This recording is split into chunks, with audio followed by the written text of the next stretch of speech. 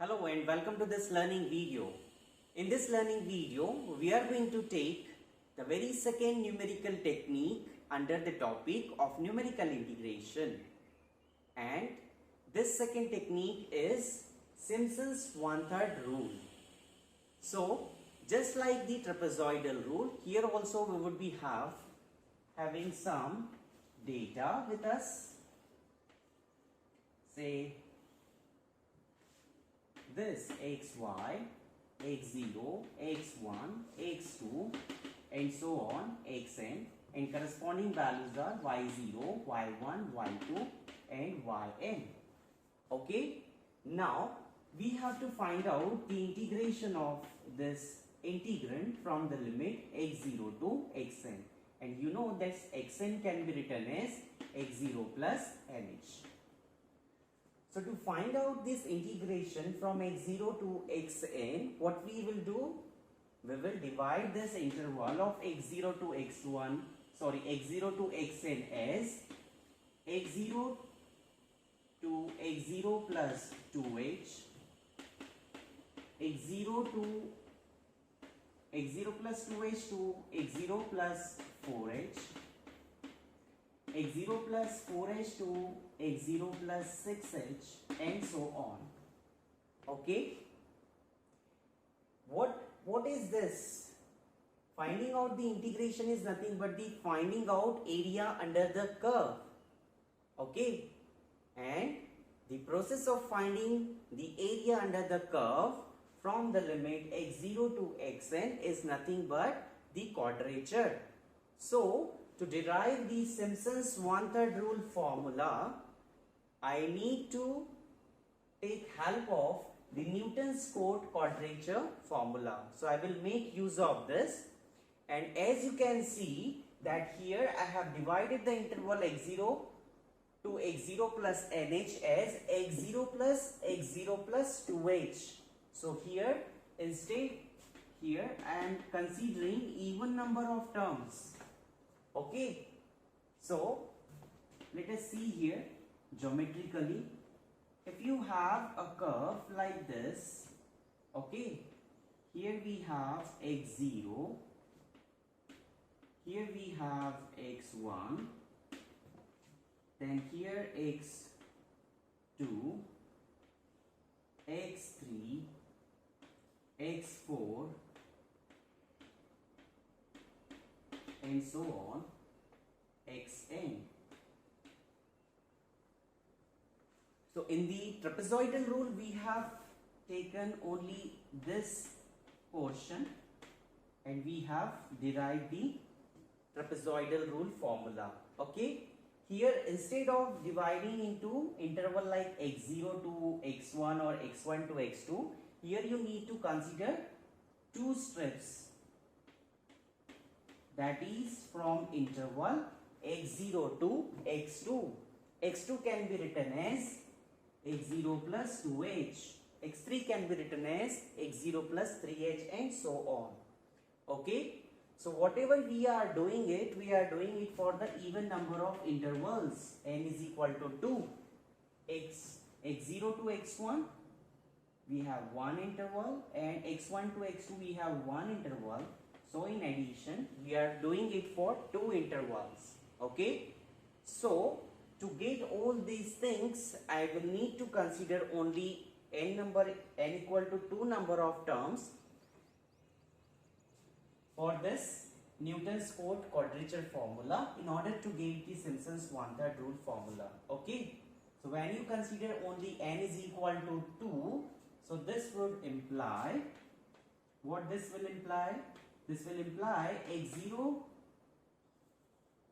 to x0 plus 2h f of x dx is equal to, what it should be? It would be 2h, then here it is y0 plus n by 2, that is 2 by 2 delta y0 plus, what is this? This is nothing but 2 into 2 to the 4 minus 3 upon 12.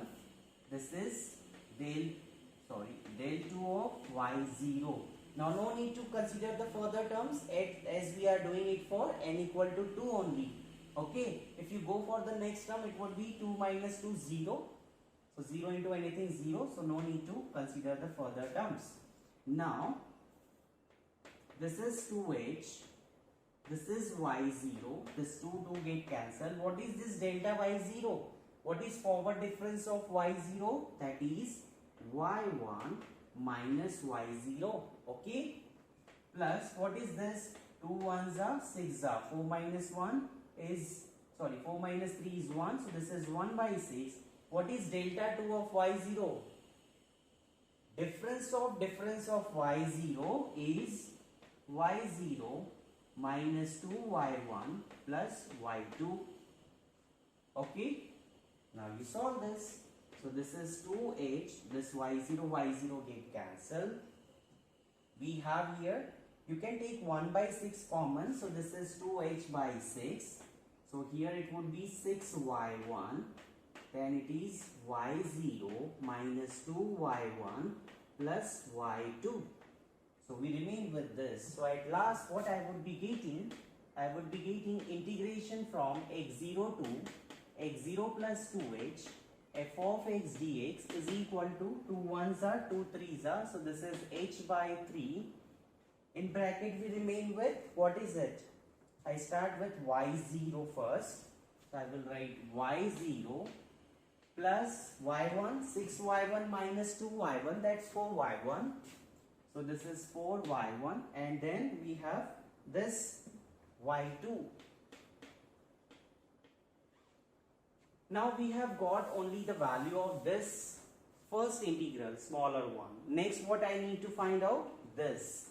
So similarly, integration from x0 plus 2h to x0 plus 4h f of x dx is equal to, this can be easily found out.